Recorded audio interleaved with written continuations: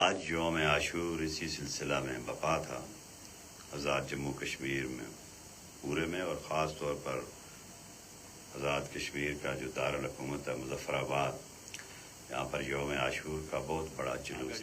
ہے۔ اس میں اہل سنت برادران بھی بڑی تعداد میں آتے ہیں، بہت بڑا جلوس تھا۔ اور سب سے بڑی بات یہ ہے نا، آج کا جلوس کتنے پرامن انداز میں تھا،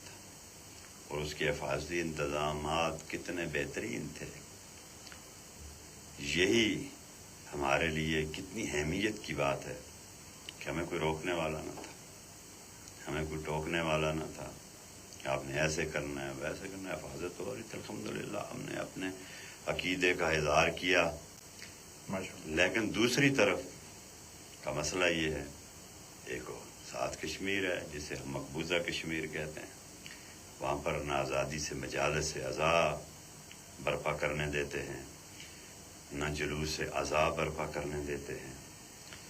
تو یہ ہمیں سمجھنے کی ضرورت ہے، بطور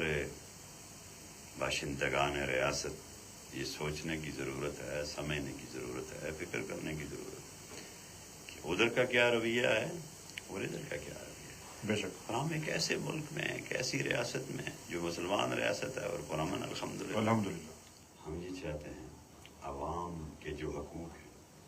ان کا مطالبہ ہر ایک کو کرنا چاہیے، آزادی حاصل ہے اور عوام کے حقوق ان کو ملنے بھی چاہیے،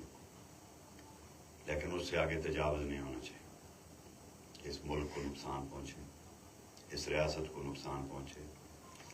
اور ہمارے اقدامات سے، ہماری گفتگو سے، یا کسی اور عمل سے یا قدم اٹھانے سے ریاست کے خلاف کھڑا ہو جانا، توڑ پھوڑ کرنا، ریاست کو نقصان پہنچانا، یہ تو